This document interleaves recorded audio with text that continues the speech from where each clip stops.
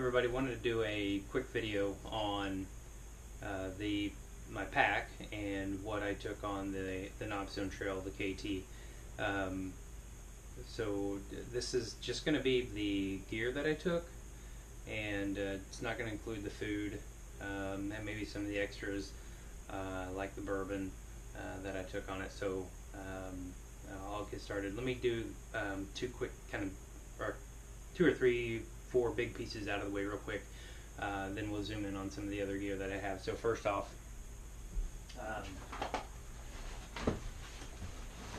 the pack that I use and I've had, it's really, other than the military, the only pack that I've ever owned, well, backpacking pack. So it is the Osprey Atmos 50. So it is a good weekend backpack. I actually have the Knobstone Trail is 4 days. It carried everything I needed. Actually a little, maybe I would say a little undersized for a 4+ day trip. I found when I was fully packed, I was actually, if I was going out for more days, I probably would have started off with a very tight pack and probably not well adjusted. Just from a food perspective, I would have had not very much room at all. So that's the pack that I use, Atmos 50. I've had it for, oh my gosh, years. I don't know how long. But anyways, Hygiene holders on the side, internal frame, and then it's got the, of course, water bladder. So the water bladder that I used, let me show you that. I used the Osprey 3-liter. So the Knobstone Trail is notorious for having no water, so we needed to carry as much as we could, which unfortunately carried also a lot of weight with it. So I did opt for the Osprey 3-liter or 100-ounce bladder. This is a great bladder. I bought it new for the Knobstone. My other one is a Camelback, and it was a 2-liter. And again, I just wanted as much water as I could carry. This was heavy, but well worth it. And I never emptied it out in a day of hiking. So 12 miles on average a day. I think 10 miles the first day, 11 miles, and we built up mileage on the 3rd and 4th day. But I never emptied it, so it was plenty for me. And anyways, that's it. That's the Osprey Hydraulics 3-liter bladder. And then another big piece is my sleeping bag. I use the 20-degree North Face Cat's Meow, and that's with the PolyGuard fill. And that bag kept me toasty warm. It got down into the 30s, low 30s on the last night, and that bag did great. You all know what a sleeping bag looks like, but I have it. Of course, most of you should know this, or you know it already, but your sleeping bag, you want to keep it, usually the good bags will come with a net bag for long-term storage, just to keep it lofted. Over time, you don't want your this has PolyGuard in it as the insulation, as the fill, and you don't want that to get compressed over long periods of time if you don't have to. So I keep it in the bag it came with for storage. Of course, it comes with a compression sack to take when you're actually on the hike. So that is my kind of go-to bag for cold weather. Very nice bag, love it. Cat's Meow, North Face. The other thing I guess I'll show it now too.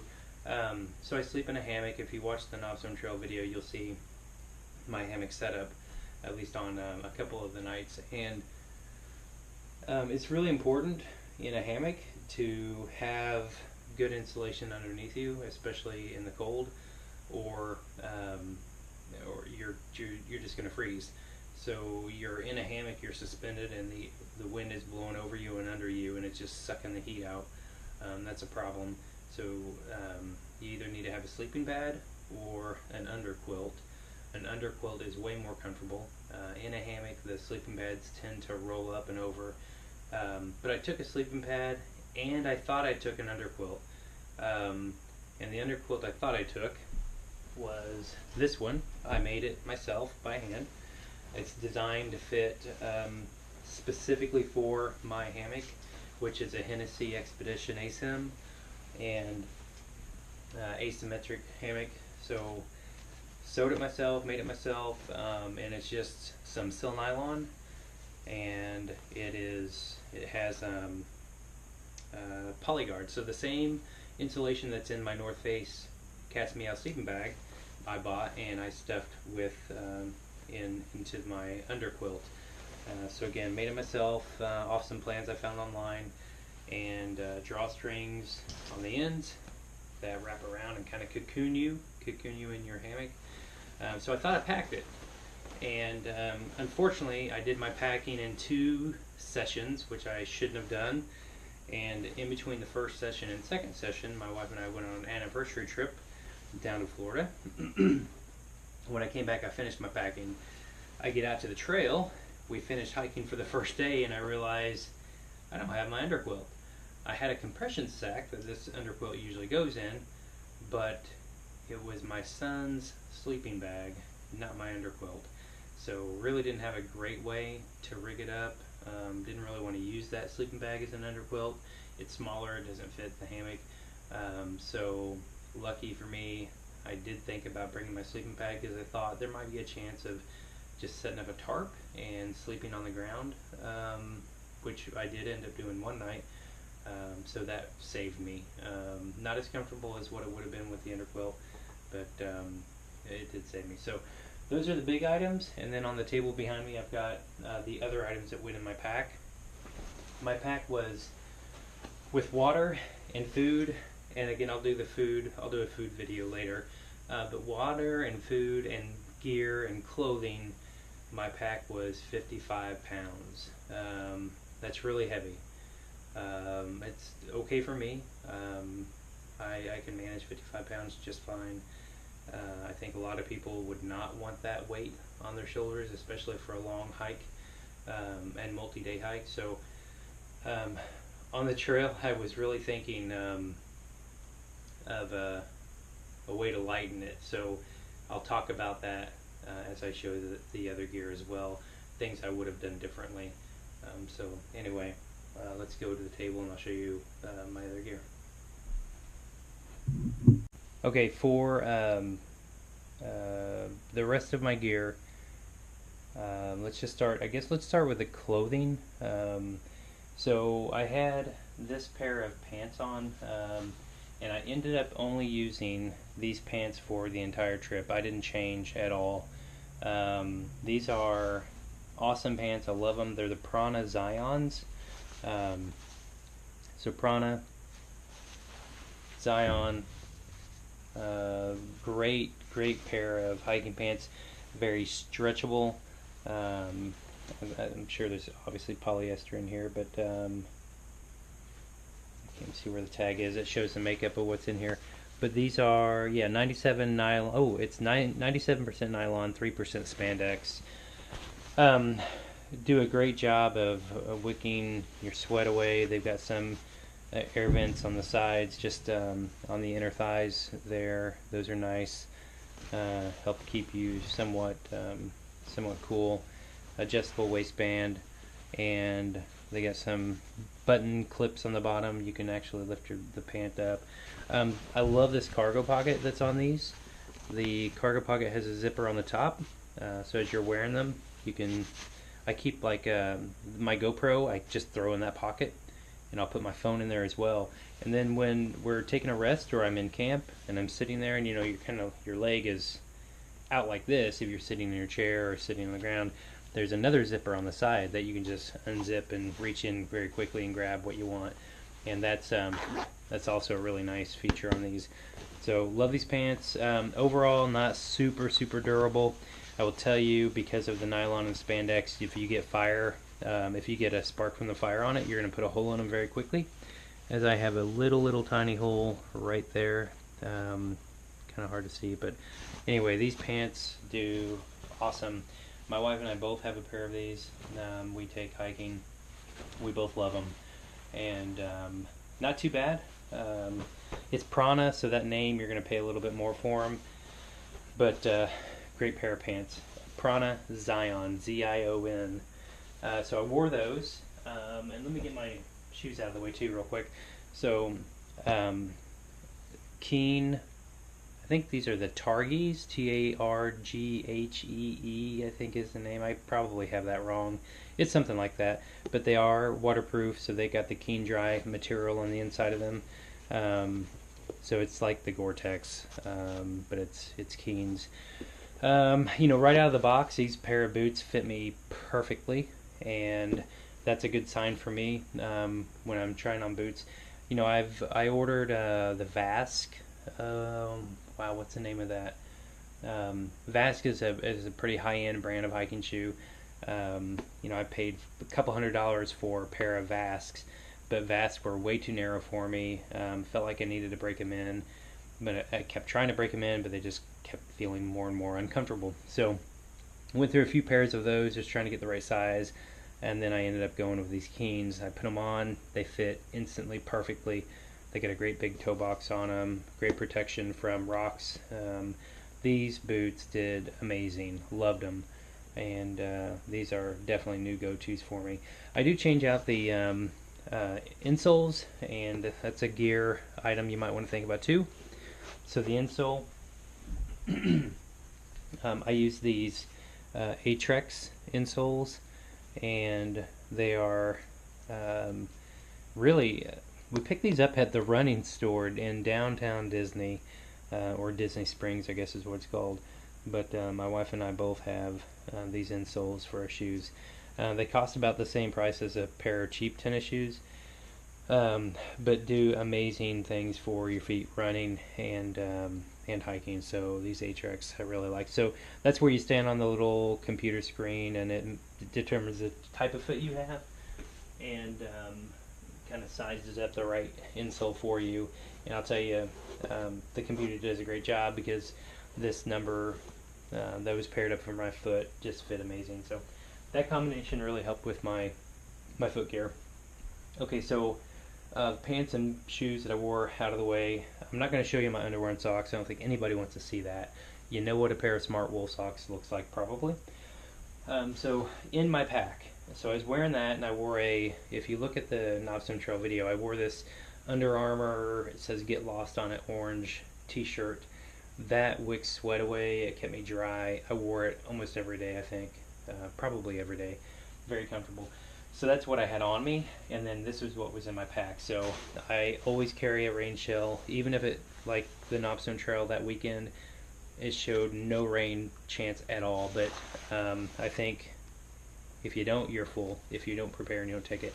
So I actually have a Mountain Hardwear rain shell. It's actually a winter kind of ice climbing, mountain climbing shell. I've had it for a number of years. Awesome. So it resists cuts from ice. It's Gore-Tex, but it's an amazing rain shell. If you are rock climbing or mountain climbing, it's got a nice hood on it for a helmet to fit underneath it. It's got a nice shield that I always kind of keep tucked up underneath there. Anyways, love this rain jacket. Awesome material. Great piece of gear. I never leave home without it. It adds probably the most weight of any clothing I have in my bag, but I'm sold. I love it, and you have to have rain gear. You got to be smart. So that's my outer shell rain gear. It was pretty chilly, so I guess, I don't know if you call it toboggan where you're from, or a toque. I call it toboggan, but Mountain Hardwear, Polar Tech, very thin material, but just kind of like a fleece Polar Tech toboggan. And this is awesome because as your head sweats, it wicks the sweat away, but you still stay nice and warm in it, even though you're maybe sweating more than you should for the cold. But it does a great job of wicking sweat, keep you warm.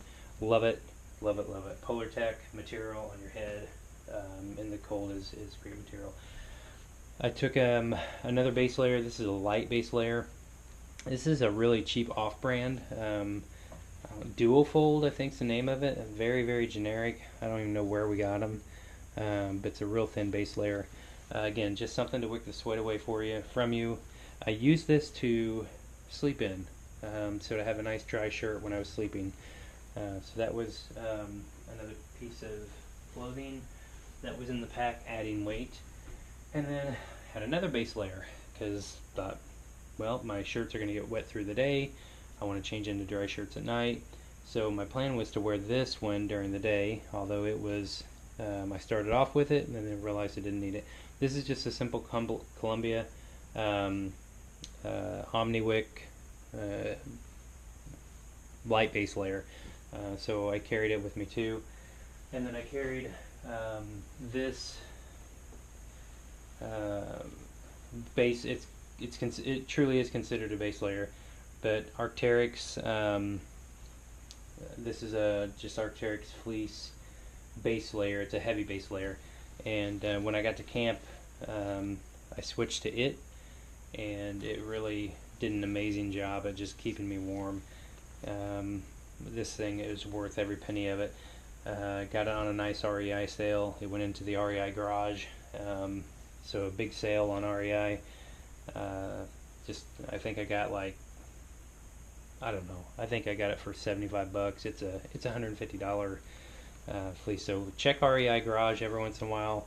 And this is going into winter. They put this on sale. So I don't know if it's just not a popular color, but lucky for me, I love green, my favorite color. And this thing is amazing. Love it. I could get along with just this in camp in down to about 30 degrees. I'm perfectly comfortable in this thing. But once we start moving on the trail, got to get rid of it. Got to take it off. It's way too hot at that point. But that really does. Having the right clothes is the right. It is paramount if you're gonna be successful out, especially in the wintertime. You just got to be smart about what you're doing. So a little overkill on the clothes for sure. This is not overkill. This was important. But I also took another pair of pants, just a simple pair of North Face convertibles. You zip the pant legs off, but never wore them, never put them on. So that was wasted, and these are kind of heavy. Although it didn't look that heavy. Quick dry, but just weight I didn't need to carry. So that was messed up too. So going back, thinking about all of the clothes that I packed, I would, to do it all over again, I would simply take my outer range shell, my heavy base layer, and my light base layer, and I would have been done. And wore the same pants, of course, socks and underwear. Got to change those out. But anyway, that's what I would have done with that. Okay, moving on to fire. So, two tools that I take for cutting wood. Both were great ideas from my buddy Eric. But first and foremost, the Bahco, I think it's BAHCO, I think that's how you spell it. But this saw, this thing, of course, it's been used quite a bit, but it cuts both on the push and pull stroke and just eats through wood. This is the best saw I've ever used. Lightweight, very thin, just goes down into your pack. If I had just one piece of wood cutting equipment, I don't own an axe, so I can't say for that, but of all the pieces of wood cutting equipment I've ever had, this Bahco saw is the absolute best. Amazon, 20 bucks I think, so pretty cheap to get, and just amazing. That's Bahco, BAHCO is the name of it. Completely indispensable. Didn't use it on the KT, but I think Ultimate Survival Technologies saw, two-person, I guess one person can do it, but the we have a video on it on our website. the Saber Cut saw is the name of this. This is just like a chainsaw, basically a chainsaw blade, but you there's a video on the website, you can see it, HoosierSurvival.com website. But anyway, take this with us too. It's great if you have 2 people. You can eat through really big pieces of wood with this very quickly. And the only downside to it, actually we saw with Eric has one set, these straps, if you right here, this tends to chew through the webbing. The metal is a little too sharp of an edge around that, so there's obviously some room for improvement in that connection. Also, you're putting a lot of force on your hands, so you want to make sure you're wearing gloves when you're pulling. You can see kind of how stretched out that is. That's from using it. Then the hands get pretty wrapped around pretty tight. But anyway, Saber Cut saw. Didn't use it this time. Didn't need it, but take it pretty much each time we go out backpacking. Has a nice little carrying case. It all fits into, and of course you can carry it on your belt once you get to camp if you want to. So that is for cutting wood. So we got the Baco saw, we got the UST Saber Cut saw, and then once you have your wood, your kindling and all that, I have just a little Ziploc bag I keep my fire starting stuff in. And first is the pocket bellow. So we've also got another video on the site on the pocket bellow, but basically it's just a telescoping antenna, and you put your it's great for putting direct air right into pieces of the coal and into the fire where you want to get some strong wind. This puts a lot of force, a lot of air very quickly into the fire to help heat up those coals and provide the oxygen you need to make a really nice hot fire to get things moving. Most important for me is this being used if you're stoking the fire in the middle of the night, or you are starting the fire up in the morning. Many times just pull out the pocket bellow, throw some kindling on it, and start blowing around, and this thing is going to get your fire up and going in no time. So I keep that in the kit. Keep some ferrocerium rods and fire starters, just a cheap light my fire kit that I've used, well used, but it does a great job. So I keep a couple other ones in there too, just things that I picked up over time. These little wet fires, it's just fire starting tinder. You've probably seen those. Those were pretty good. Like using those. Be careful. These will dry out over time and leave you stranded. And then here's some other little wax impregnated cotton tabs that keep sealed up here. Great tinder for starting a fire. There's just some odds and ends, kind of different things in there for fire starting that I like to keep. So I always take that bag with me. Even when we go camping with our camper, my fire kit comes with me. I use it all the time, and it's a well-worn Ziploc bag. I think I'm on my 3rd Ziploc bag too, but it's just how I like to keep it.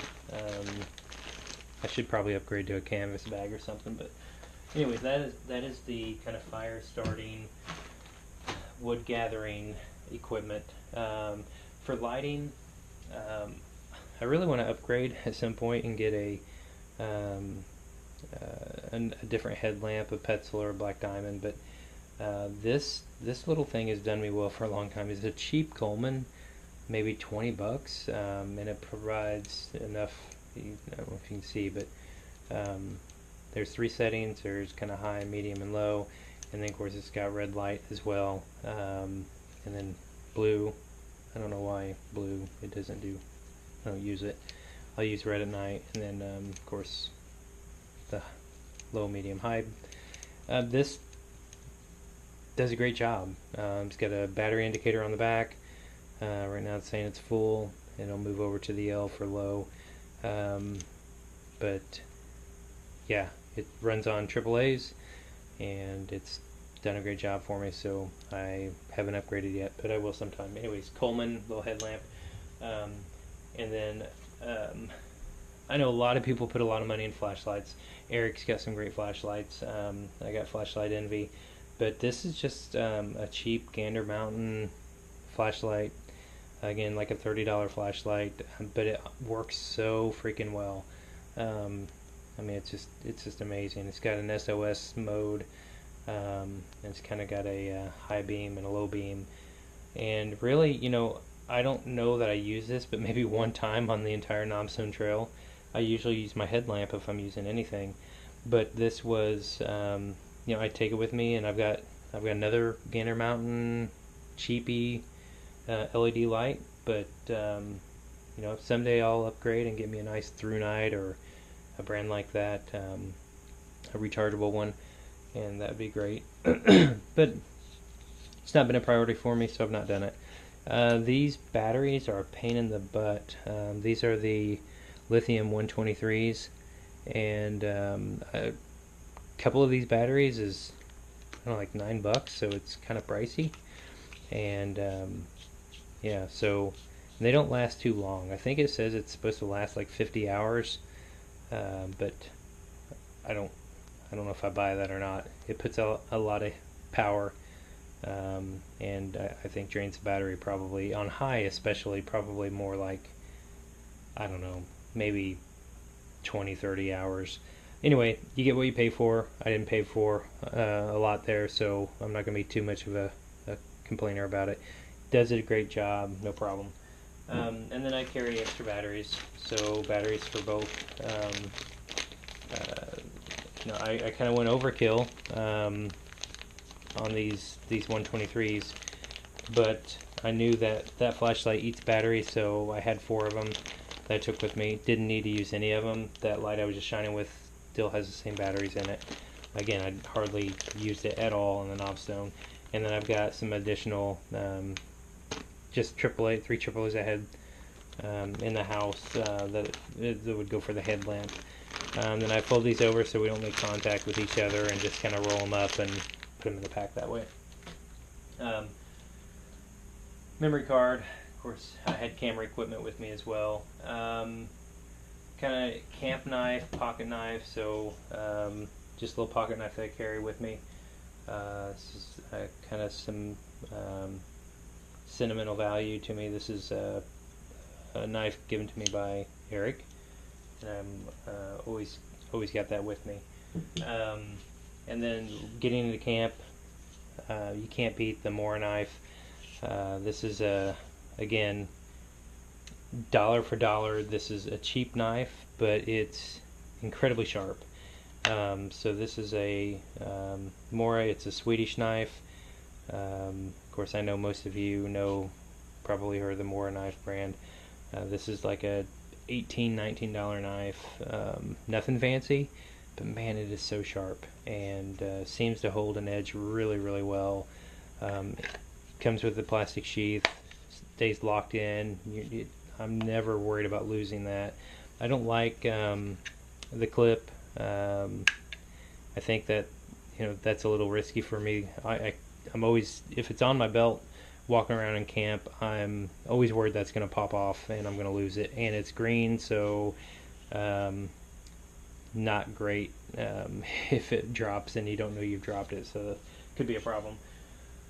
Also, I keep in the pack, I've got my just simple shower kit. Really just some soap, some deodorant, toothpaste, toothbrush.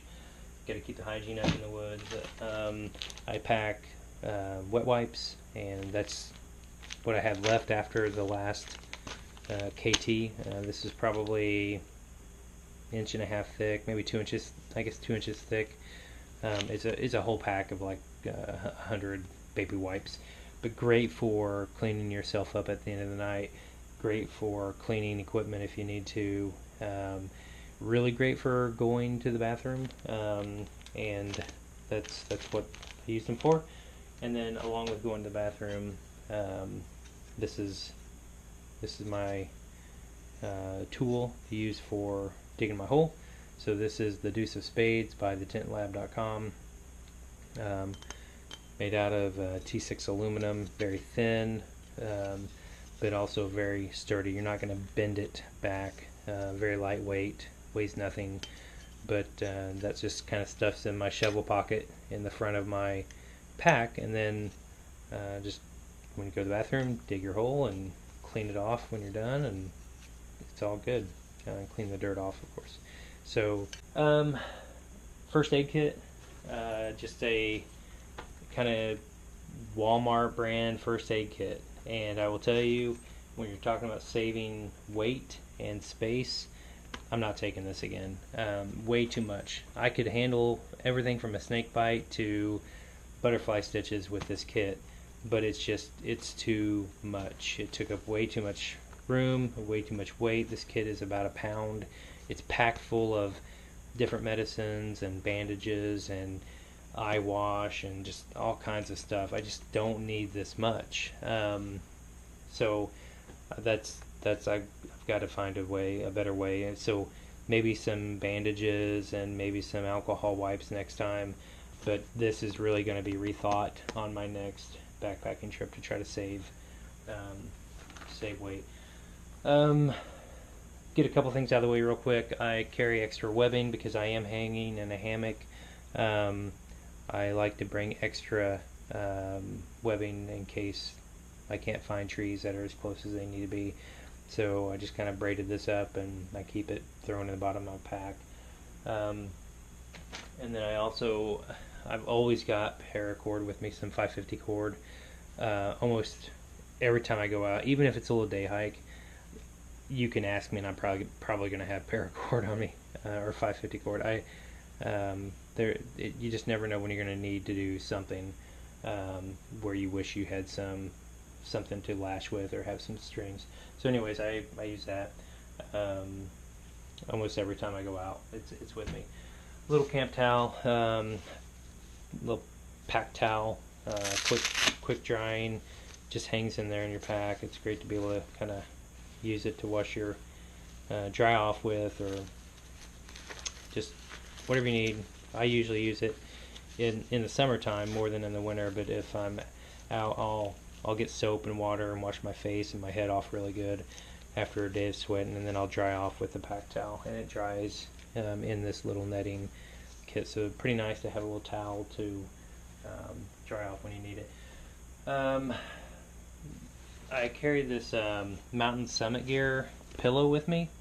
I don't like it as it is. It's self-inflating pillow, but it's also, you can hear that it's cold. So when it's cold out, this is like laying your head on ice. So overall, pretty comfortable, I guess, for a camp pillow. But honestly, I use it more in my chair.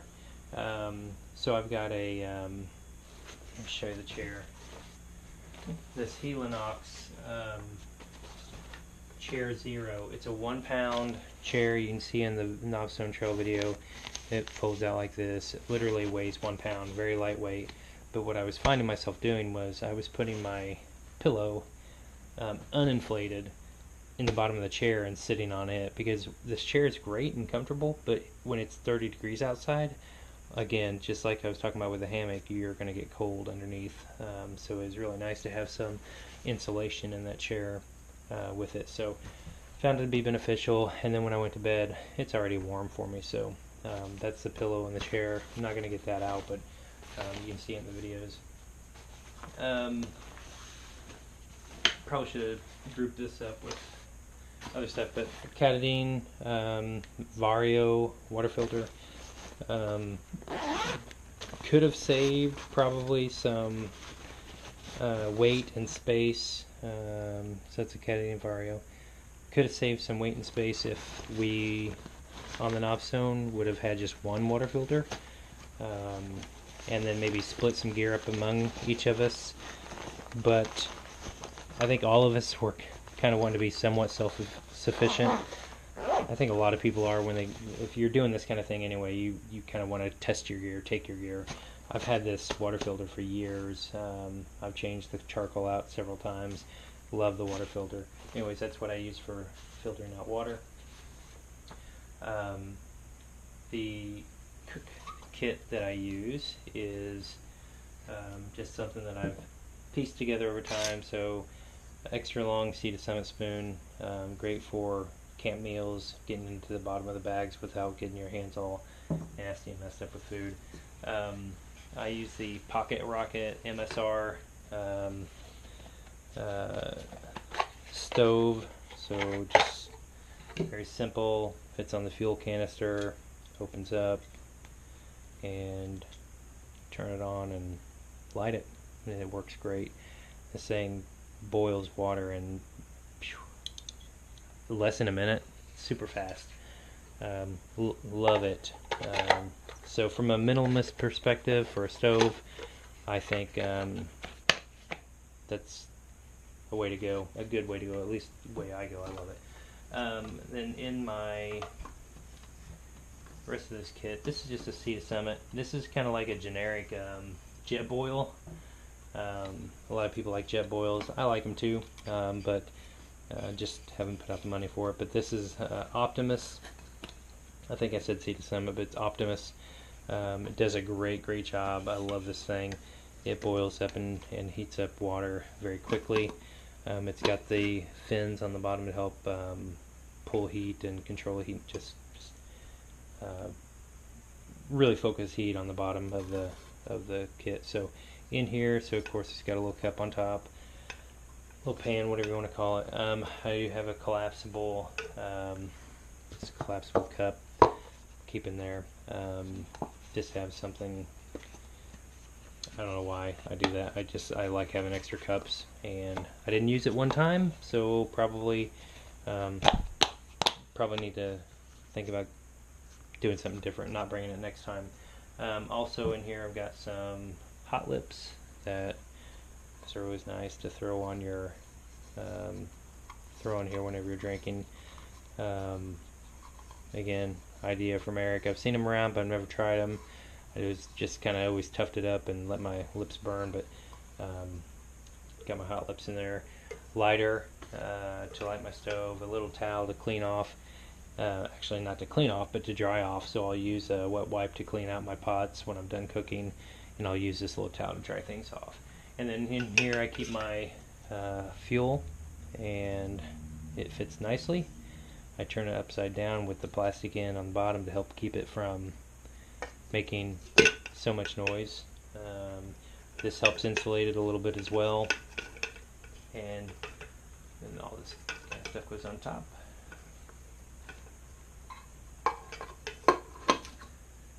And when it's all in the bag, it's really put in pretty compact, so you don't have a lot of noise from your cook kit when you're walking around, because that to me is annoying as heck when you're out backpacking and you hear metal clinking around. It's just not very cool. Don't like it. So then that just kind of goes in the netting, and then I'll throw my spoon in there.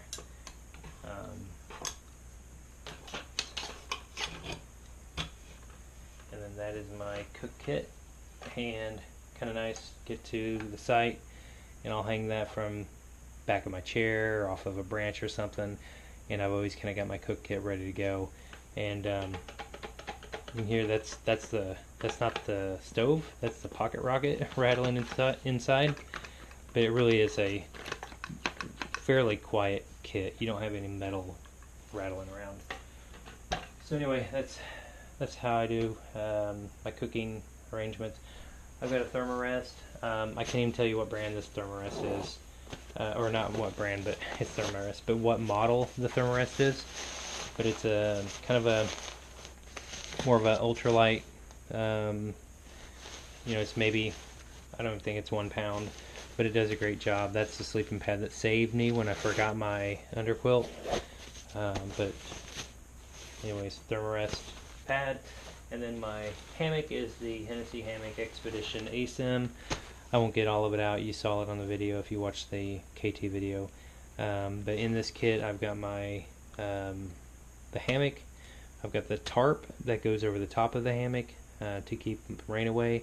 And I've got my, you can hear them in here, maybe. Yeah. So I got my tent stakes in here too, and looks like it's pretty lightweight, but this thing actually weighs more than I wish. It's probably about 5 pounds with the canopy, but anyway, it's a Hennessy hammock, and I kind of wish I would have went with a tent on the Knobstone, just because I forgot the underquilt and I really don't sleep as well as I should. The idea with the Hennessy ASIM is that in your hammock, it's not designed for you to sleep in the hammock like this. ASIM, you've got two cables that pull out this way and one this way, and it actually elongates the hammock. So your hammock's hanging between two trees. You think you're going to sleep this way, but it's actually designed for you to sleep crossways, and that's how you lay flat. But for me, I just can never get that to work out, and I end up sleeping like this, usually curled up in a ball in the very middle, and just generally don't get a good night's sleep with it. So that is the gear that I take. So all that gear, again, with water and food, a whopping 55 pounds, unfortunately, but that's what I took. Feel free to ask me any questions. I'm always looking for new ideas too. I know there's a million different ways I could cut down. Did I need a chair? No. I could have just used a pillow, or I could have brought a piece of pad. I didn't end up using this webbing. It's heavy. I could have gotten rid of it. My hammock I could have done with just a simple tarp and laid down on the ground. There's a million ways I could have cut weight, and I bet I could have got my pack down to close to 40 pounds, maybe even the high 30s with water. So anyway, that's what it took on the Knobstone Trail. That's 4 days. I'll do another video on the food that I took and how I prepared and set that up, but I didn't do anything fancy. I bought a lot of Mountain House meals, and then I did some kits for lunch and for the more breaks and taking snacks throughout the trail. So anyway, that's my kit. So let me know if you have questions. Thanks.